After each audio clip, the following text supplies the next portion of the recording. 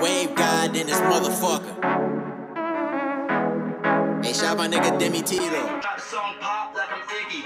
All they talking about is last night like I'm Demi. Say you got. It's the godfather of Irish Trail show and my boy Demi TV. Damn ski pole for Michael Jackson.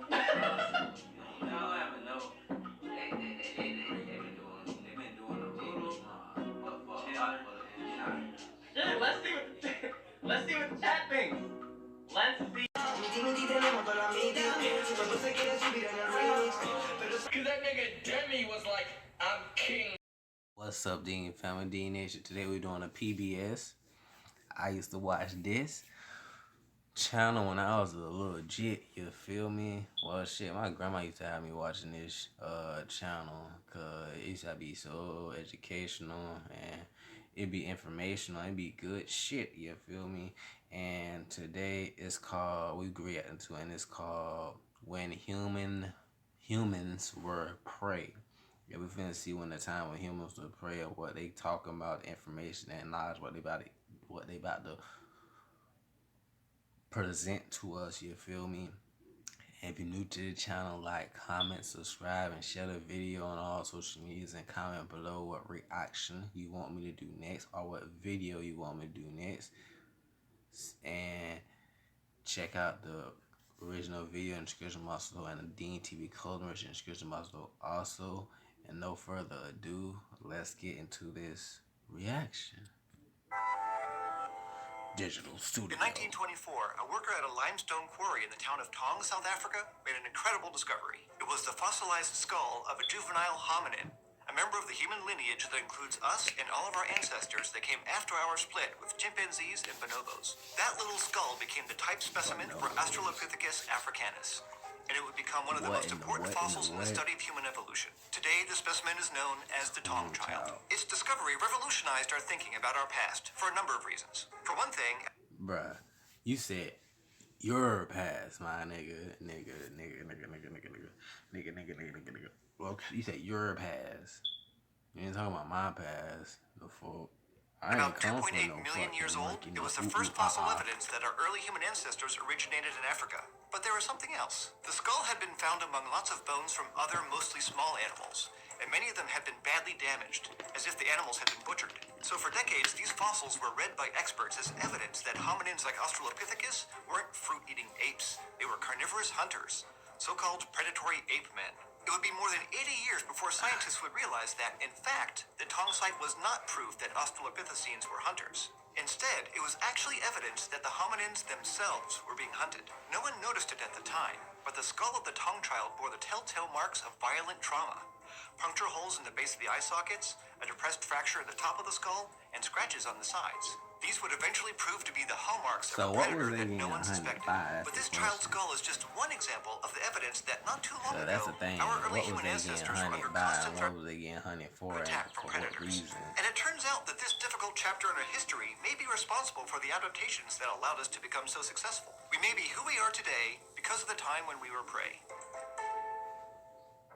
The notion that our ancestors were once hunted by other animals would have come as a surprise to the anthropologist who first studied the Tong child. His name was Raymond Dart, and he proposed that one of the driving forces of human evolution was what he called the thirst for blood. To Dart and many anthropologists of his time, the impulse to kill prey was seen as a deeply ingrained part of our heritage. Dart observed baboons that appeared to spontaneously hunt down prey, and he noted that living hunter-gatherers seemed to be hunters first and gatherers second.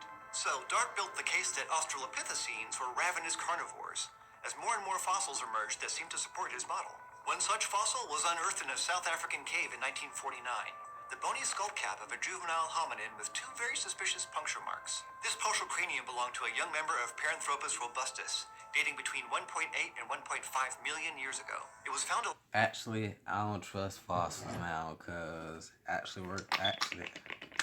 like working to like a museum type thing, or aka Jurassic Park, bruh, a lot of that shit be fake.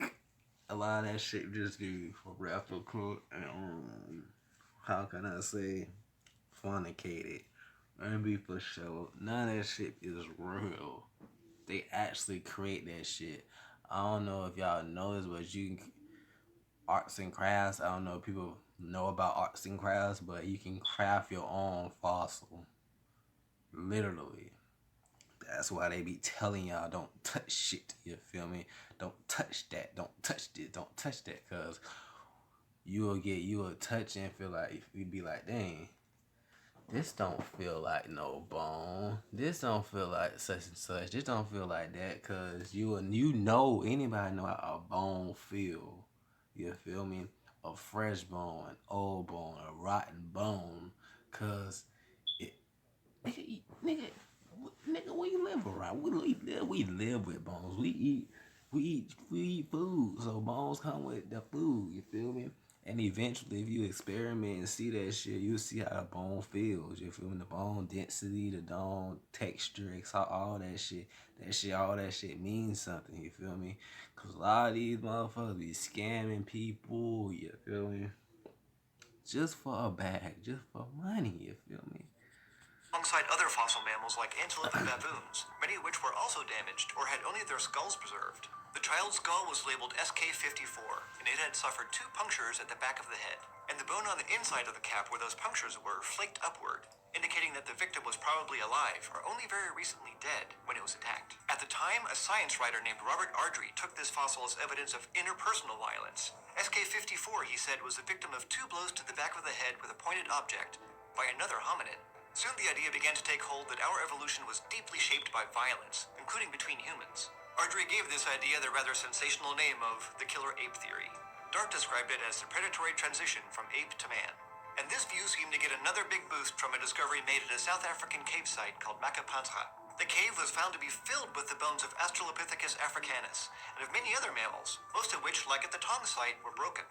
Raymond Dart studied more than 7,000 remains from this site, and was struck by the fact that the fossils consisted almost entirely of skulls and neck vertebrae. So he concluded that the fractures on these bones were evidence of blows by hunters, and that the high proportion of skulls meant that the hominins were taking the heads of their prey as trophies, including the heads of their own species. But within the field of anthropology, changes were in the works. Just as a killer ape theory was reaching its peak of popularity, more scientists began to suspect that we had actually spent most of our evolutionary history being prey of other better hunters. Enter the American anthropologist Sherwood Washburn. While doing research on a game reserve in Africa, he noticed how modern predators ate carcasses selectively, eating the soft, meaty parts and leaving skulls, jaws, and upper vertebrae behind. It struck him that this was the same pattern of bones that Dart saw at the sites of supposed hominin headhunters. Washburn also observed hyenas carrying off parts of carcasses and stashing the bones around their dens, again creating a pattern like the one Dart was seeing in the South African caves. Washburn published his observations in 1957 and argued that Australopithecines weren't headhunters. Instead, they were the prey of carnivores like hyenas. This was a major turning point in our understanding of our evolutionary history. For decades, Dart and his contemporaries had been studying human nature in the violent social contexts of World Wars I and II. So it made sense that they understood our history as being shaped by aggression and violence. But while they stuck to that model, younger anthropologists began to explore Washburn's ideas. And his work made enough of an impact that when another damaged hominin fossil was found, this time at Olduvai Gorge, Tanzania in 1960, other hominins were not considered the top suspects. In this case, the fossil was OH8, a slightly mangled partial left foot of Homo habilis, discovered by anthropologist Louis Leakey. The ankle bone had tooth marks on it, and Leakey's wife and partner, Mary Leakey, concluded that the marks came from a carnivore that was probably not a hyena, but nor was it another hominin. So by the mid-1960s, anthropologists were at least starting to think that hominins could have been prey. Then in 1970, paleontologist C.K. Brain revisited the cave site where SK54, that skull cap with the puncture wounds, had been found. He wanted to try to figure out why all those fossils had accumulated where they had. And he realized that the fossils weren't signs of hominids hunting, much less fighting each other. Instead, he argued, those fossils have been the victims of a hungry ancient leopard. For one thing, he pointed out, modern leopards often stash their kills in trees that grow around these types of caves, and the bones often end up dropping down into the caves. But the more convincing evidence was that the puncture wounds in SK54 perfectly matched the lower canine teeth of a leopard, which means some big cat must have attacked SK54 and dragged it by its head up into a tree, its bones later falling into the cave. So just like with Washburn, Brain's observations of the behavior of living carnivores were fundamental to rethinking whether our hominin ancestors were the hunters or the hunted. Big cats and hyenas turned out to be very good at making the same kind of bone assemblages that Dart had seen in those South African caves. And once anthropologists started thinking about how bones became deposited and preserved in different settings, it seemed less likely that small hominins like Australopithecines were mighty bloodthirsty killers. And this new thinking eventually worked its way back to that crucial early hominin fossil, the Tom child. In 1995, researchers took another look at the fossils from that site and noticed a whole new set of clues. For example, they noticed that the nature of the damage to the Tong skull was similar to that found on the skulls of baboons found there. And they were struck by the fact that the other bones were generally of small animals. And there were also the remains of large eggshells in the area. So the team proposed that the Tong child, along with the... So what if animals was just hunting down animals and hunting down people at the same fucking time? You feel me? Cause food is food, you feel me? To them at least. And they don't know no good or wrong or bad. Cause they don't got that sense of, what you call it, consciousness of good and bad, you feel me? Like they said at Adam and fucking Eve and all that crap. You feel me? We can see that shit, but they can't. They are different than us.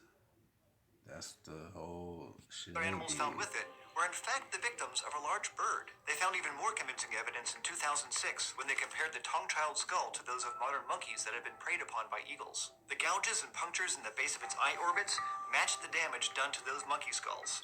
So the Tong child was likely killed by an ancient giant bird of prey. Likewise, remember OH8, the Homo habilis foot found by the Leakeys? Well, in 2012, researchers took a second look at that fossil too and noticed something new. The puncture wounds found in the bone had 2 extra grooves in them that matched the ridges found on the teeth of crocodiles.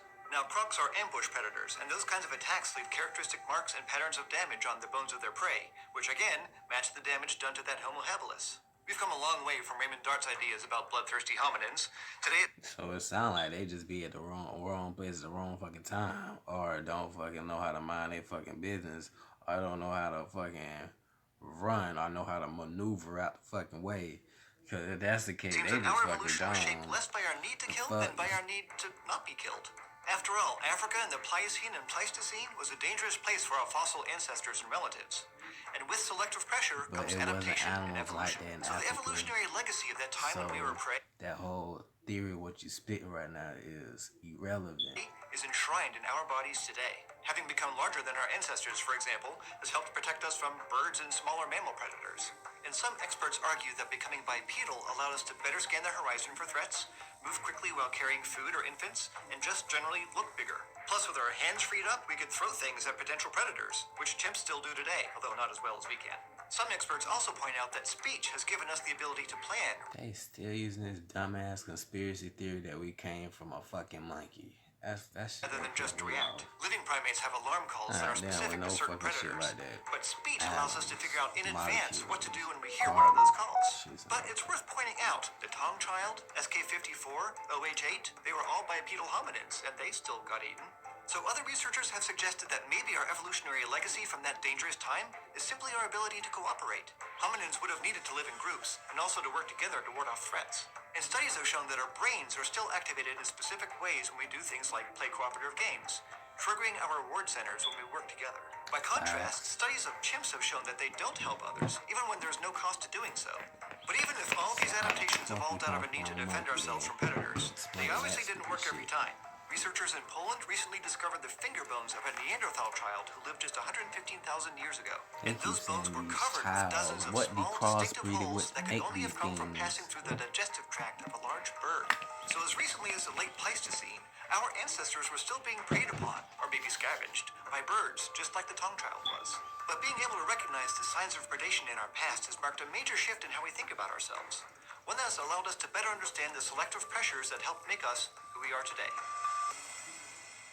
I guess, but Thanks as always, some shit I don't fam. know An about. extra big thanks to our current eontologist, Hope Jake you Hart, guys John like that Ivy. Dean Family Dean Nation. Like, comment, subscribe, and share the video on all social media. Comment below What y'all feel about y'all agree with this man on, and share the video, and see y'all guys next time, and shit, go show this channel some love.